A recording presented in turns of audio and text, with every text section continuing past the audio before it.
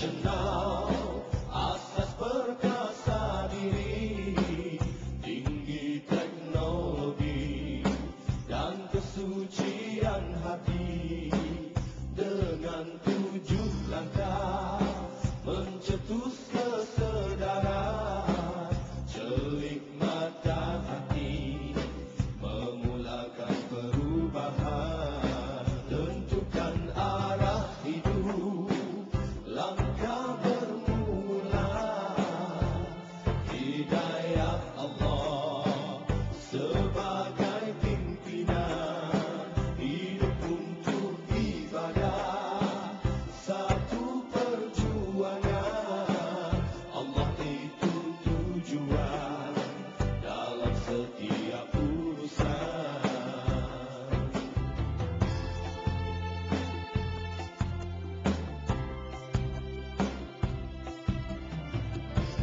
Jalan hidup asas syariat Tuhan, setiap perlakuan pastikan diperhitungkan. Jalan hidup usah diabaikan, solat fardu syarat utama,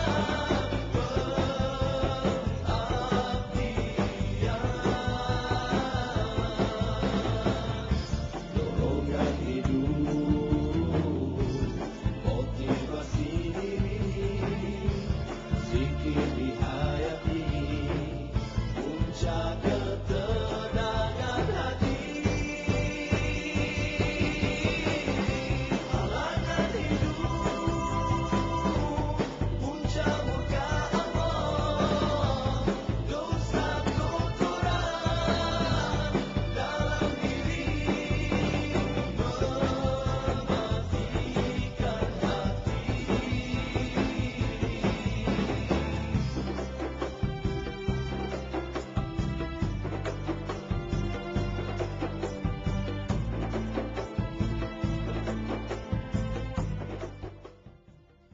IKIM FM, pilihan utama anda. Sebentar tadi bersama dengan lagu tema Mukmin Profesional sendiri, Dakmi dan Razin telah menghiburkan kita sebentar tadi. Alhamdulillah, ya, telah lama kita tak dengar lagu tersebut.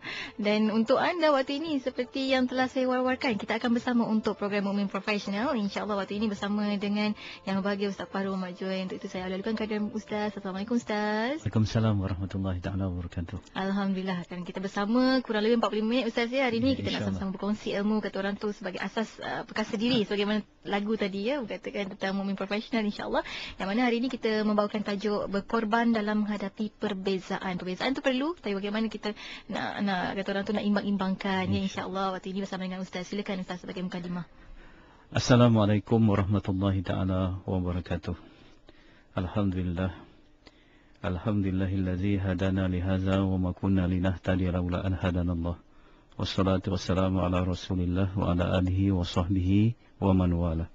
Rabbi shrah li sadri wa yassir amri wahlul 'uqdatam min lisani yafqahu qawli. Subhanaka la ilma lana illa ma 'allamtana innaka antal alimul hakim. La haula wala quwwata illa billahil aliyil azim. Amma ba'du. Yang dihormati lagi saya kasihi Pak Nur Hayati, seterusnya kepada para pendengar Radio IKIM yang diraikan, yang didoakan sekalian. Alhamdulillah, syukur kita kepada Allah Subhanahu wa taala kerana masih dihidupkan.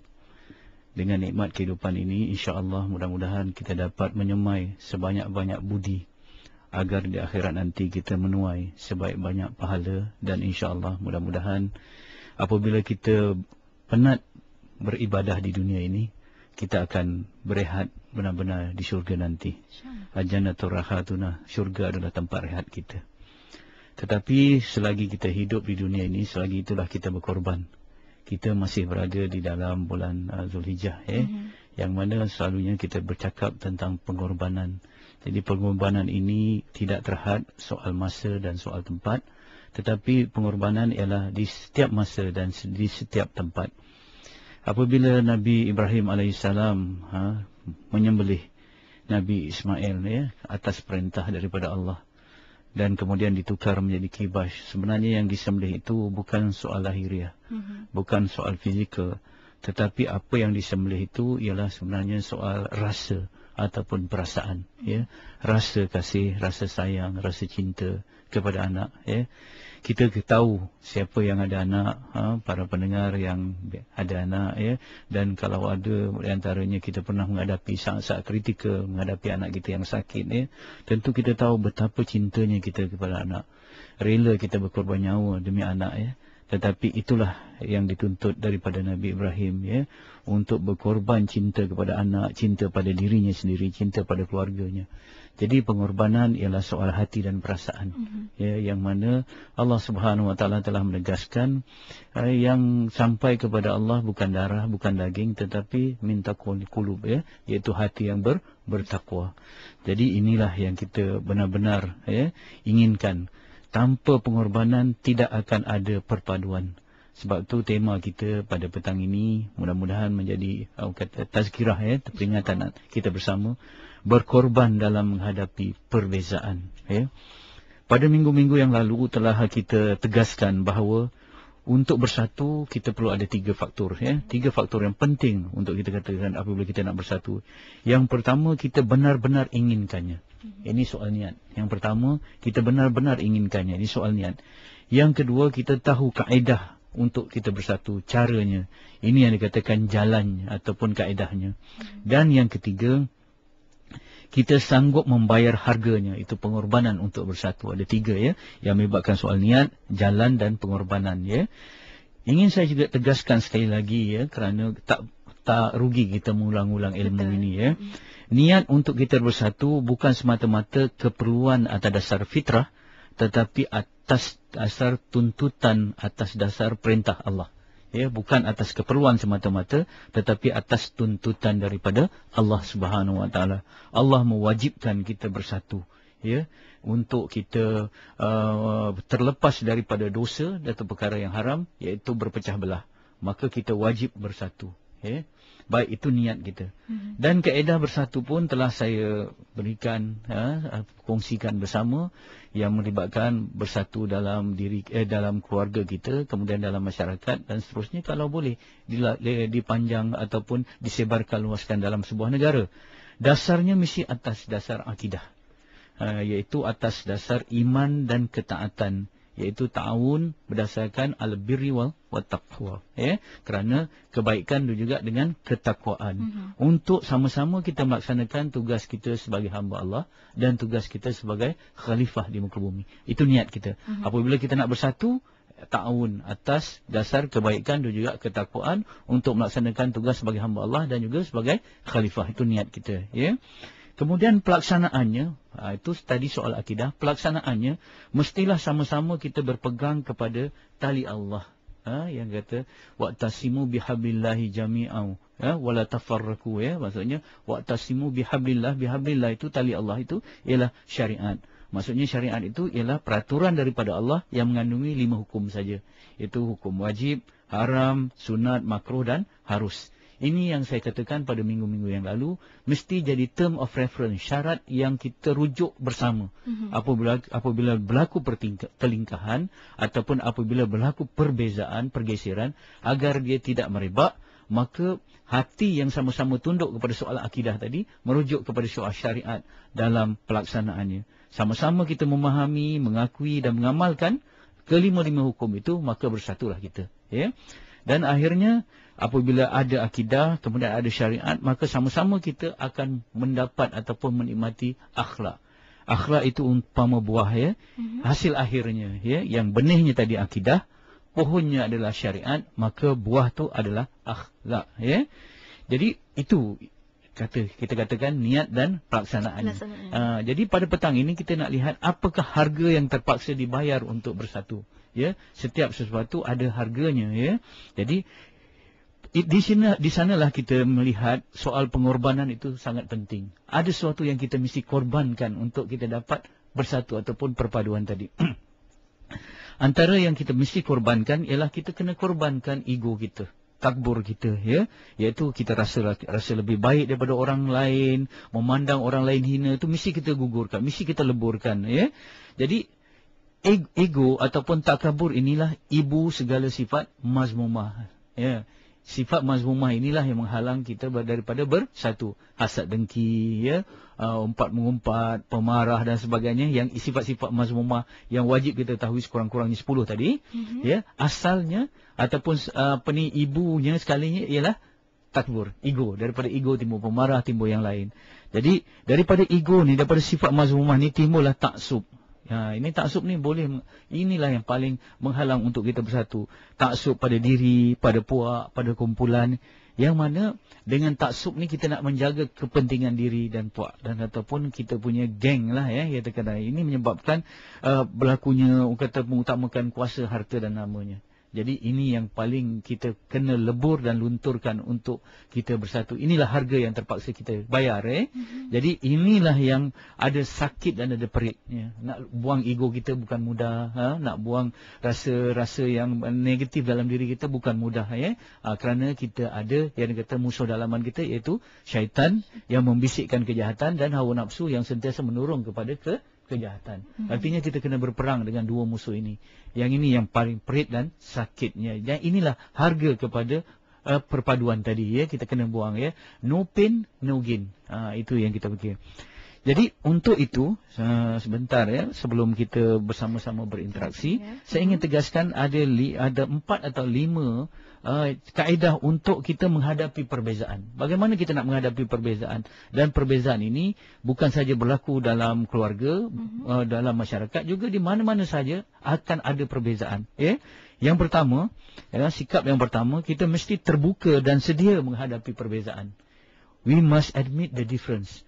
Bukan saja admit the difference, tetapi kita celebrate the difference. Ya? Kita kena raikan perbezaan. Kerana selagi manusia, selagi itulah kita berbeza. Perbezaan, saya dah tegaskan berkali-kali, ya, tidak semestinya satu pertentangan. Bahkan dia memberi satu kekukuhan, kekuatan, dan memberi satu keindahan. Saya buat contoh dahulu bagaimana satu bangunan yang kukuh, ya, terdiri pada elemen-elemen yang berbeza. Ya. Satu bangunan yang kukuh mesti daripada batu yang keras, ya, simen, air, cat dan kayu, ya. Semua ada elemen lembut, elemen keras, ya, ada elemen sederhana.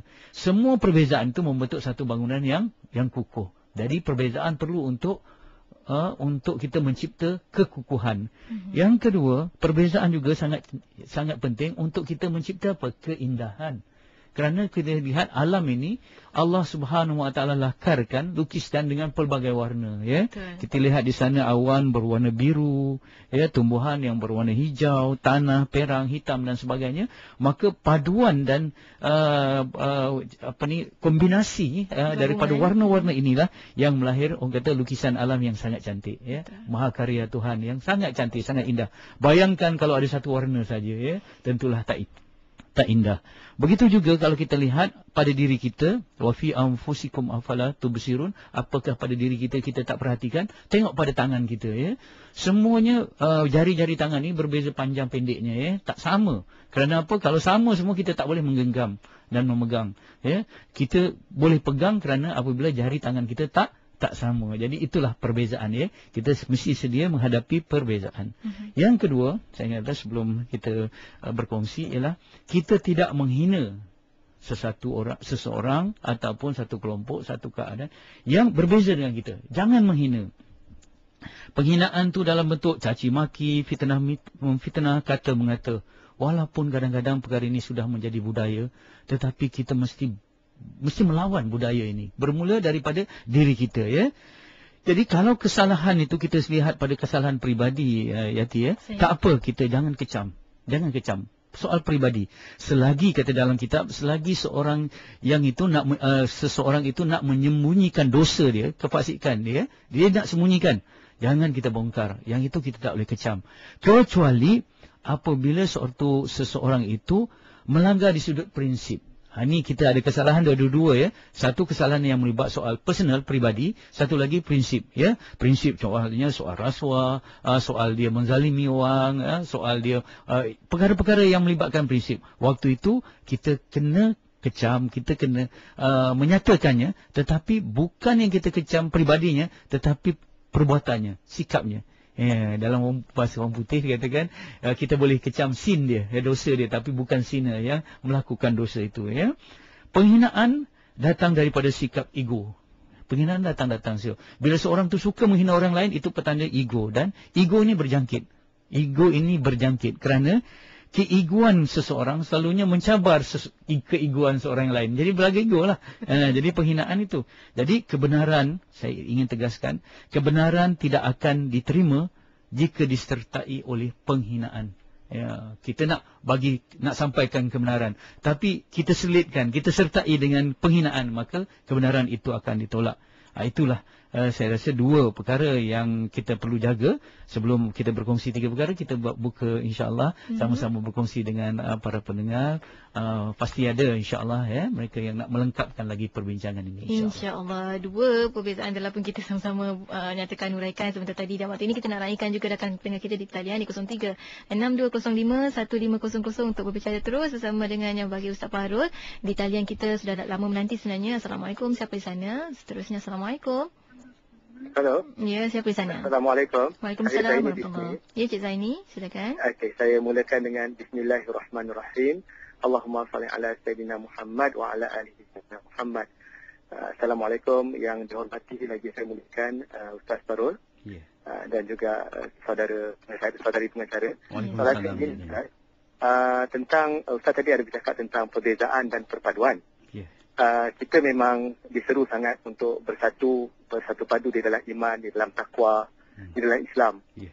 Tetapi kita lihat ada elemen-elemen dalam Islam itu sendiri yang mengaku mereka Islam, mengajak kepada perpecahan, mengajak kepada perbalahan, menuduh sesuatu golongan ataupun golongan yang tidak bersama dengan mereka dengan pelbagai kata-kata yang amat kesat, hingga orang kata menimbulkan rasa tidak senang pada pihak yang dituduh. Ya, sebagai contoh, saya pernah lihat artikel yang ditulis oleh Profesor Dr. Osman Al-Muhammadi, mengatakan bahawa fahaman Wahabi ataupun Salafi mengatakan bahawa mereka yang bermazhab Syafi'i, Maliki, Hanafi dan Hanbali lebih hina daripada penyembah-penyembah berhala. Jadi di samping kita mahukan perpaduan, mengenepi perbezaan, tetapi kenapa ada puak-puak seperti ini melakukan kata-kata ataupun hujah-hujah yang mana Profesor Dr. Osman Al-Muhammadi memetik daripada kitab-kitab muktabar golongan Salafi Wahabi ini. Jadi mohon penjelasan daripada Ustaz yang amat saya hormati, lagi saya muliakan. Ya, terima kasih. Assalamualaikum warahmatullahi. Kita ambil lagi pemanggil seterusnya Ustaz ya, untuk kita kumpulkan soalan daripada rakan pendengar kita waktu ini talian. Assalamualaikum. Assalamualaikum. Lama menanti. Assalamualaikum. Assalamualaikum. Ya, Cik Yaakob ke tu? Ya, Assalamualaikum. Waalaikumsalam. Silakan Cik Yaakob. Ustaz, saya nak yang minggu lepas saya kata yang bangsa asing satu tu, misalnya macam ni, kalau mereka menjaga lima adik-beradik, sampai mereka akhirnya lima adik-beradik ni buka kedai sendiri, kerana bersatunya ke arah satu mencari ekonomi tu lah. Tapi orang Islam kita balik, kalau bukan lima adik-beradik dia buka penjagaan, dan berpecah, dan lama-lama lima tu penjagaan dia lingkup. Satu segi mencari wang tu lah. Jadi kalau dari satu sudut pandangan kalau kita berada di langgang lain, langgang dakwah, langgang politik, mungkin pandangan tu boleh berbeza. Mungkin kita boleh menimbulkan perbezaan pandangan. Jadi mungkin yang pandangan sudut dakwah ni tak ada terima pandangan orang yang berada di sudut politik. Ustaz dah menjelaskan kan? Terima kasih. Assalamualaikum warahmatullahi. Mungkin kita nak ulaskan dahulu Ustaz. Ya. Silakan. Pertamanya saya ingin mengucapkan terima kasih kepada Cik Yaakob dan juga Cik Zaini yang telah memberi respon pada petang ini, dan saya suka merangkumkan dua soalan ini menjadi satu persoalan saja iaitu bagaimana kita menghadapi perbezaan, bagaimana kita kena bijaksana untuk menghadapi perbezaan Jadi saya melihat soal yang dikatakan oleh Cik Zaini tadi, soal perbezaan antara Sunni, Salafi dan juga kitab-kitab muktabar yang ditulis oleh para ulama kita sama ada ulama yang kemudian atau ulama yang terdahulu mereka masing-masing ada hujah dan ada kekuatannya sendiri. Justru siapalah saya yang kerdil ini, seorang pendakwah yang nak mengulas pandangan-pandangan ataupun hujah-hujah mereka ini. Tetapi apa yang paling penting sekali ialah di sini kita kena lihat kalau perbezaan itu, apakah perbezaan itu melibatkan soal fur'iyah ataupun soal akidah. Kalau perkara yang soal fur'iyah, kita kena hadapi dengan lapang dada. Lapang dada. Maksudnya, boleh berpegang kepada soal-soal ranting ini yang ada perbezaan soal dalam soal khilafiyah. Khilaf. Tetapi kalau perbezaan itu sudah melibatkan soal akidah, maka kita kena berhati-hati. Waktu itu ilmu sangat penting. Ilmu sangat penting. Jadi apabila berhadapan dengan soal akidah misal kata di situ, maka perbezaan itu mesti kita hadapi bagaimanapun soal akidah sekalipun, bukanlah dengan kekerasan. Sebab itu para ulama dahulu perbezaan-perbezaan soal akidah ni pun menimbulkan banyak buku, buku. Orang ni menulis kitab, orang ni menulis kitab dan sebagainya. Walaupun perbezaan ini sangat seru, sangat seru. Orang kata sangat hebatlah. Tetapi mereka menghadapinya dengan keintelektualan. Tidak ada kata nista, tak ada kata-kata yang hina. Ataupun yang kita katakan tadi, mereka sangat berakhlak ketika mereka meletakkan suatu penulisan itu. Kita lihat bagaimana Imam Ghazali contohnya menghadapi dengan soal golongan falsafah, kemudian soal akidah-akidah yang lain, mereka menulis buku. Cuma tadi apabila dipetik kata-kata daripada ataupun tulisan daripada Profesor Osman Muhammadi, ini seorang yang kita anggap ulama yang besar di Malaysia ini, maka saya tidak melihat kata-kata tu. Jadi saya tak pernah baca tulisan tu. Ampun maaf saya katakan, dan saya tidak boleh untuk menjaga adabnya tidak boleh komen satu perkara yang saya tidak melihatnya dengan mata kepala saya sendiri. Saya tidak mengatakan Cik Zaini membawa satu yang palsu ataupun satu yang batil, tidak. Tetapi adab saya apabila saya nak membuat suatu komentar ataupun satu ulasan, saya mesti melihat tulisan itu sendiri. Itu satu. Katalah kalau katalah kita lihat dalam soal-soal ini, benar kata-kata begitu. Tentulah ulama-ulama yang menulis tu ada hujahnya sendiri untuk berkata sekeras itu. Tentu ada sekarang. Dan ulama-ulama yang mempertahankan pandangan mereka juga tentulah ada juga hujah untuk menghadapi hujah yang sekeras itu. Jadi saya kira kita nak menyelamatkan umat, jangan gajah sama gajah berjuang pelanduk mati di tengah. Kita tak mahu begitu. Jadi tersepit. Sebab itu saya melihat apa saja perbezaan daripada perspektif pendakwah. Daripada perspektif pendakwah. Daripada perspektif pendakwah Yati, sesungguhnya persamaan lebih banyak daripada perbezaan. Mengapa kita mencari yang perbeza itu untuk kita bergaduh berterusan. Tetapi mari kita lihat soal-soal yang ada persamaan. Contohnya, Salafi ke, Wahabi ke, Sunni ke, apa saja, mengatakan solat itu wajib. Solat itu wajib. Dan solat 5 waktu itu wajib. Tetapi menyedihkan, kalau kita lihat dalam perangkaan tidak resmi, sudah 80%. Orang Islam di Malaysia tak solat. Itu yang tak ada perbezaan lah pandangan, semua sepakat kata itu. Jadi mari kita bekerja untuk membawa orang kepada Tuhan, kepada Allah Subhanahu Wa Taala, supaya mereka merasakan Allah itu penting dalam hidup mereka dan timbulnya rasa untuk berhubung sentiasa dengan Allah. Maka dekat situ solat itu dipentingkan. Ini pandangan saya yang kerdil ini. Jadi ini bagi saya. Jadi untuk itu saya tak nak komen yang besar-besar lah, soal-soal yang besar, kerana keterbatasan ilmu saya. Itu satu. Yang kedua tentang bangsa asing ni, kata-kata saya bagi tahu bahawa soal keyakinan ini dia memberi satu kekuatan. Walaupun keyakinan itu satu yang batil. Jadi kalau kita mempunyai keyakinan yang benar, tetapi kita tak benar-benar yakin, dia akan dikalahkan oleh satu keyakinan yang batil, tetapi diyakini sungguh-sungguh. Ini kita kena lihat. Jadi kalau kita lihat orang-orang yang memburu dunia ni, yang otak mereka hanya memikirkan kehidupan di dunia ni, contohnya mereka berpegang kepada nilai-nilai yang tertentu untuk mencapai kejayaan dalam dunia. Contohnya Jepun, katalah mereka berpegang bahawa nilai kerjasama itu sangat penting untuk menjayakan pekerjaan. Jadi nilai kerjasama itu dipegang seolah-olah itu rukun iman kepada mereka. Boleh faham ya? Mereka pegang betul-betul. Jadi soal kerjasama, soalnya bangsa-bangsa yang lain ini mereka ada nilai-nilai yang mereka pegang sebagai satu keyakinan, yang keyakinan ini sudah mendarah daging dalam diri kita, dalam diri mereka, dan sudah menjadi budaya di kalangan bangsa itu. Jadi berbanding kita orang Islam ya, keyakinan kita kepada Allah, keyakinan kita kepada diri kita sendiri, kepada yang dikatakan wala tahinu wala tahzanu ni, kata kita jangan rasa hina, jangan rasa rendah diri, kita adalah umat yang tertinggi kalau kita beriman, kita pun tak kuat. Jadi harga diri kita pun tak kuat. Sebab itu bagi saya, kalau keyakinan kita umat Islam dan dah keyakinan itu memang satu yang benar, datang daripada Allah, bersumberkan Al-Quran dan Sunnah, dan yang benar itu dipegang dengan kuat, dengan teguh, insya-Allah tak ada siapa yang dapat menghalang kita. Tetapi sekiranya keyakinan kita yang benar itu longgar, kita akan dikalahkan oleh keyakinan yang batil. Keyakinan yang batil. Walaupun kerana keyakinan yang batil itu dipegang dengan kuat. Sebab itu kata Sayyidina Umar, yang aku takuti di kalangan tentera Islam ialah dosa-dosa yang dilakukan oleh tentera Islam juga.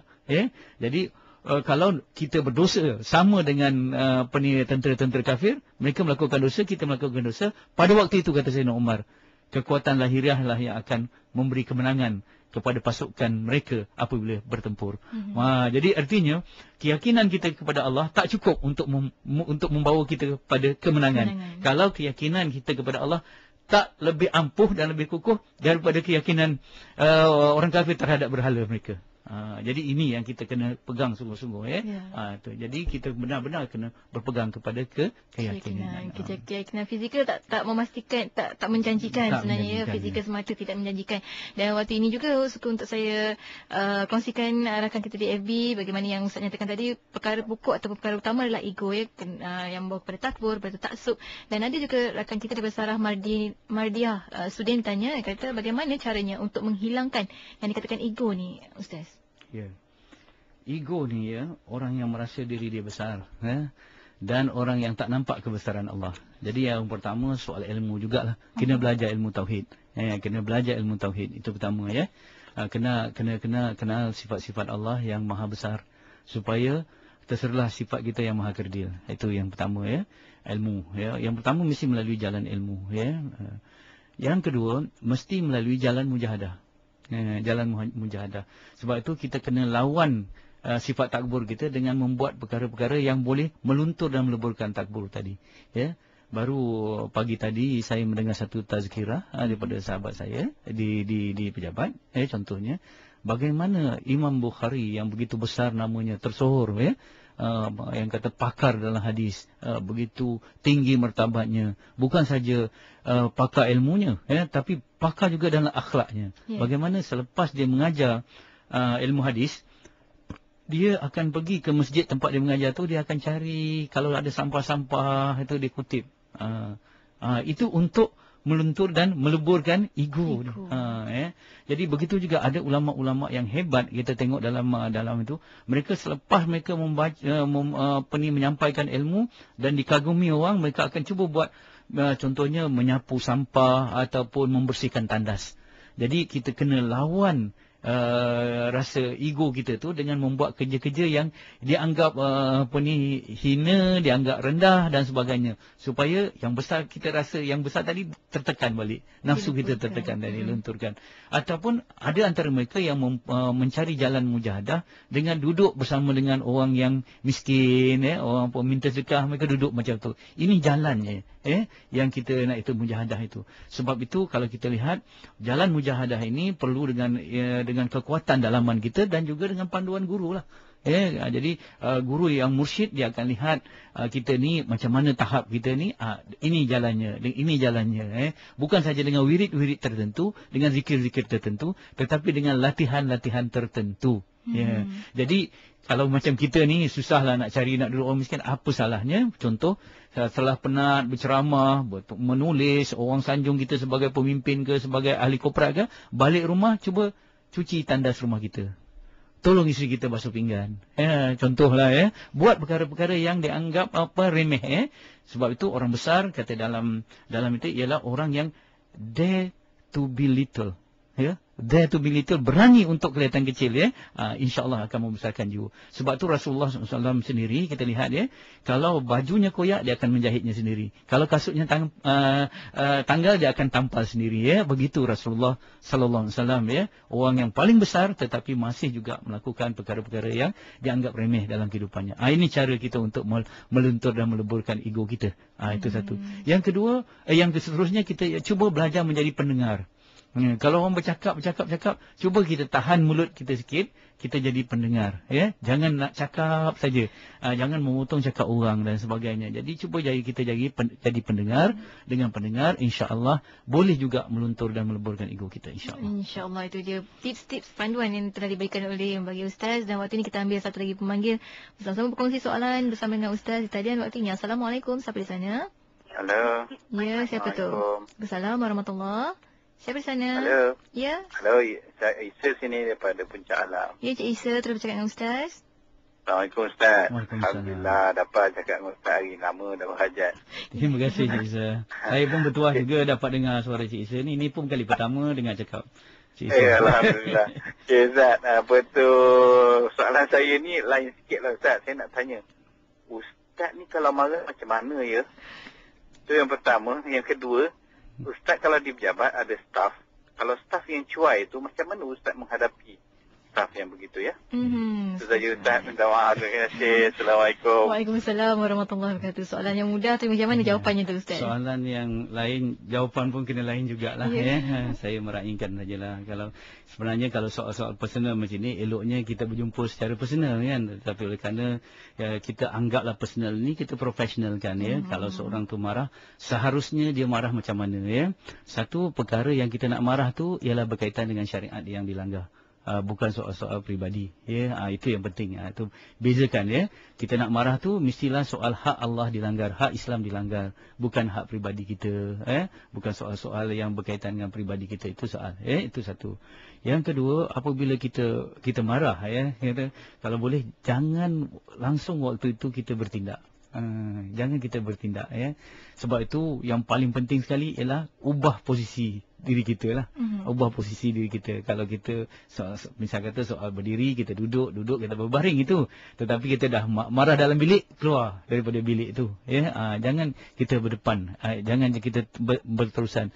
Kerana kita tidak akan dapat kebaikan apa jua pun dengan kata-kata kita, dengan tindakan kita ketika kita marah. Tidak akan sebab minta maaf yang paling banyak menyerap ataupun absorb ataupun hilangkan kebijaksanaan orang ialah kemarahan. Jadi musuh kebijaksanaan ialah kemarahan.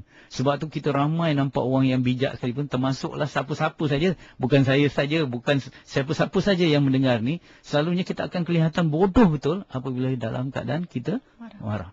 Itu yang penting sekali Jadi macam mana saya marah? Ada juga marah saya yang terkawal, ada juga yang tak terkawal. Saya insan yang sedang bermujahadah. Ilmu lain. Kita punya amal lain. Tetapi kita sentiasa merasakan bahawa selepas kita beramal yang tak secocok dengan ilmu kita, ada penyesalan. Dan ada azam untuk kita memperbaikinya. Itu yang penting. Itu yang dikata ketara sedar. Kita sedar bahawa kita sudah tersalah. Ada setengah orang tidak. Kemarahan itu dijadikan satu kebanggaan pula. Dijadikan satu senjata. Engkau tak nampak lagi kalau macam mana aku marah tau. Kan? Ini aku nak marah lah ni. Itu seolah-olah waktu itu dia menyuburkan sifat kemarahan dia. Tapi kadang-kadang kita sebagai manusia, selalunya kita marah pada siapa? Orang yang lebih tinggi ke orang yang rendah daripada kita? Rendah. Orang rendah kita. Jadi artinya marah ini ibunya ialah ego. Ibunya ialah ego. Orang kata saya tak ego tapi saya pemarah aja. Sebenarnya marah tu ego lah. Jadi itu yang saya kata, lebih besar marah kita, lebih besarlah ego kita sebenarnya. Baik, kalau kita berhadapan dengan pekerja-pekerja kita ataupun sahabat-sahabat kita lah. Saya tak ada pekerja, saya ada sahabat-sahabat saja. Kadang-kadang rasa nak marah apabila ini. Jadi waktu itu macam mana kita kena, contoh macam mana pun kita kena mujahadah. Mujahadah. Gunakan perkataan yang jangan gunakan kamu tetapi saya.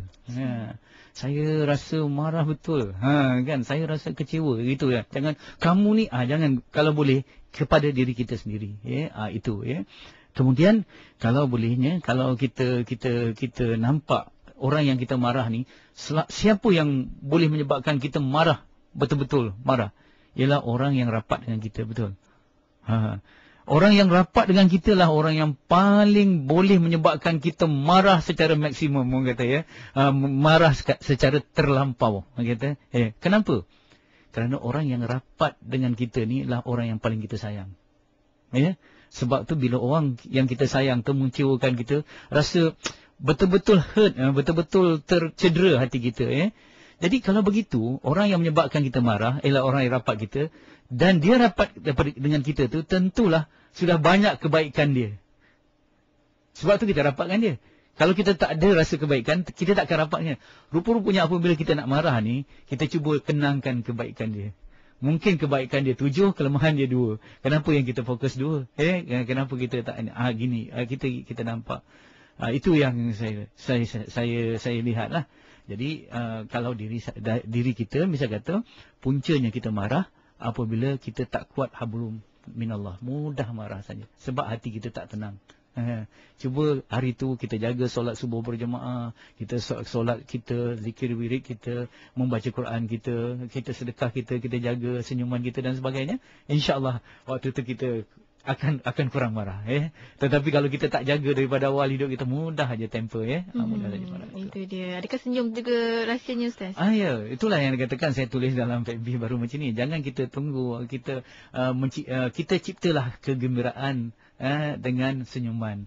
Jangan kita cuba hanya kata nak gembira baru senyum. Jangan. Itu saya kata. Takut tak sampai gembira ya. Itu dia. Dan berkenaan dengan tajuk kita berkorban dalam menghadapi perbezaan, ini ada soalan daripada rakan kita di SMS dan ringkas daripada Marina waktu ini. Dia kata berkorban tapi tak dihargai. Bagaimana tu, Ustaz? Itulah, bila kita berkorban tidak dihargai, itu artinya kita bukan berkorban lah. Sekali lagi saya ulang, kalau kita berkorban dan kita rasa tidak dihargai, itu artinya kita belum berkorban. Yang berkorban sebenarnya berkorban perasaan, iaitu berkorban apabila kita tidak dihargai. Itulah berkorban sebenarnya, iaitu apabila kita berbuat sesuatu, kita tidak mengharap dihargai oleh manusia, tetapi yang kita harap dihargai oleh Allah Subhanahu Wa Taala. Allah menilai kita. Jadi bila satu perkara itu, bila kita buat berkorban tidak dihargai, jadi kenapa kita rasa kecewa? Sebab kita ada sesuatu yang kita sedang bagin, sedang tawar-menawar. Kita beri sesuatu, kita hendakkan sesuatu. Kalau begitu bukan pengorbanan namanya. Yang berkorban itu artinya kita beri sesuatu, memang tak mengharapkan sesuatu, dan memang kita rasa pedih, rasa tersisih. Kata berkorban. Tak ada harap apa-apa. Itu yang namakan berkorban. Itu yang dikatakan berkorban mesti terkorban. Tapi kalau berkorban tak ada terkorban, itu artinya bukan pengorbanan lagi, kan? Kita mesti ada sesuatu yang kita sayang waktu yang itu. Ini yang betul. Sebab itu dengar macam mana turutan pengorbanan sampai hijrah. Di bulan Ramadan kita membersihkan hati kita, membersihkan diri kita supaya hati kita benar-benar melahir takwa. Betul. Takwa itu kita mengharapkan benar-benar ganjaran daripada Allah. Itu bulan Ramadan. Datang bulan Zulhijjah, kita berkorban. Hanya hati yang bersih saja tadi berkorban. Hati yang bersih artinya hati yang khalis, hati yang khalas, hati yang suci murni, hati yang tidak mengharap apa-apa kecuali Allah. Itu saja yang boleh berkorban. Jadi akhirnya bulan Ramadan diikuti oleh Zulhijjah. Kemudian hasil daripada pengorban tu barulah kita mencapai yang dikata hijrah, iaitu di bulan Muharram nanti. Sebab itu bersihkan hati di bulan Ramadan, berkorban di bulan Zulhijjah, dan melakukan hijrah di bulan Muharram. Jadi artinya kita boleh berkorban hanya apabila hati kita bersih. Bersih tidak mengharapkan penghargaan manusia, hanya mengharap penilaian daripada Allah Subhanahu Wa Taala. Kalau rasa sedih, tersisih tu, itulah artinya ubat tu dah mujarab sebenarnya. Ubat korban tu dah mujarab. Ubat dah mujarab lah gitu ya. Selagi tak ada rasa apa-apa, lagi tu tak dia. Dan mungkin kalau kita nak langkau sikit lagi, Ustaz, bagaimana nak dengan rasa korban tu nak timbulkan rasa syukur mungkin. Bagaimana? Kalau kita rasa bersyukur ialah apabila kita menggunakan nikmat selaras dengan tujuan Tuhan mengurniakan nikmat itu. Betul maksudnya Allah bagikan kita sesuatu dengan tujuan, mesti dengan tujuan. Mesti dengan tujuan. Jadi Tuhan berikan kita harta misal kata untuk kita apa? Untuk kita membantu orang lain, untuk membantu keluarga kita. Itu yang dikatakan berkorban. Maksudnya apa saja yang kita diberi oleh Allah, kita korbankan di jalan Allah. Kerana Allah memberi untuk kita memberi. Betul. Allah memberi untuk kita memberi. Ini penting untuk kita rasa. Jadi orang yang bersyukur saja yang boleh berkorban. Kerana orang yang bersyukur tu artinya dia merasakan ada kelebihan. Orang yang ada rasa kelebihan saja yang boleh mengorbankan. Tapi orang yang rasa kurang, tak cukup, dia tak akan berkorban. Macam mana saya nak berkorban kalau saya tak ada apa-apa? Macam mana saya nak berkorban kalau saya pun tak cukup? Jadi orang yang bersyukur, orang yang ada rasa kelebihan, dan orang yang sentiasa cukup, dia rasa cukup tu berkorban. Itu yang dikorbankan kepada jalan Allah Subhanahu. Kata orang tu orang yang benar memberi saja akan dapat merasa menerima sesuatu daripada Allah SWT. Dan Ustaz, mungkin di seorang masa terbatas juga mungkin kita boleh berikan sedikit kesimpulan dalam tajuk kita berkenaan dengan berkorban dalam menghadapi perbezaan ni Ustaz. Mudah-mudahan apabila kita bincang tentang berkorban, berkorban akan terasa kecil apabila ada kecintaan. Jadi perpaduan hanya dapat kita laksanakan apabila Allah Subhanahu Wa Taala menjadi matlamat dalam hidup kita. Itu yang dikatakan kesatuan matlamat. Jadi yang mana redha Allah, keampunan Allah, cinta Allah itu mesti jadi matlamat utama kita. Bila Allah menjadi matlamat utama kita dalam kehidupan kita, sama ada pada diri kita, dalam keluarga kita, dalam organisasi kita, bahkan dalam negara kita sekalipun, bila Allah sudah menjadi gayah kita, Allahu ghayatuna, Allah tu jadi matlamat kita, maka kita akan mudah berpadu dan bersatu. Tetapi kalau kita ada soal-soal yang lain, masih lagi cinta dunia menjadi matlamat, cinta dunia itu termasuklah cinta pada nama, kuasa dan harta, selagi itulah akan timbul pergeseran, akan rasa timbul pertentangan. Ingat saya ada terbaca kata-kata ini daripada Hasan Al-Basri, dinisbahkan kepada Hasan Al-Basri. Ada juga yang mengatakan kata-kata ini datang daripada hadis yang ada. Dia kata, hubbud dunya ra'sul kulli khati'ah. Hubbud dunya ra'sul kulli khati'ah. Maksudnya, cinta dunia itu kepala segala penyakit. Jadi penyakit apa dalam yang kita hadapi ini? Penyakit berpecah belah lah. Jadi cinta dunia itulah jadi kepala yang menyebabkan kita berpecah. Jadi sebab itu kita kena sisih dan pinggirkan cinta dunia, tanamkan cinta Allah dan bermujahadah untuk itu. Maka dengan itu kita mesti bersatu. Matlamat mesti satu. Walaupun jalan berbeza, tidak mengapa. Asalkan matlamat kita bersatu, walaupun jalan berbeza, insya-Allah kita akan bertemu di titik yang satu. Yang satu. Sebab itu matlamat kita mesti Allah, bukan matlamat kita dunia. Yang dikatakan insya-Allah. Insya-Allah itu dia. Dan saya suka nak memetik kata-kata daripada Ustaz Fahrul sendiri Allah itu dekat selagi kita tidak menjauhkan darinya. Dekatilah Allah dengan berkorban untuknya. Cinta itu indah tapi bukan mudah, kerana setiap cinta menagih korban, apatah lagi cinta pada Allah. Betul tak Ustaz? InsyaAllah. Dan untuk itu saya ucapkan terima kasih kepada yang bagi Ustaz atas perkongsian pada petang ini untuk Mumi Profesional. InsyaAllah minggu hadapan panjang usia, dikurniakan kesihatan, insyaAllah bersama lagi dengan yang bagi Ustaz Fahrul kita. Walaupun saya nak ucapkan terima kasih kepada Ustaz. Assalamualaikum Ustaz. Waalaikumsalam warahmatullahi taala wabarakatuh.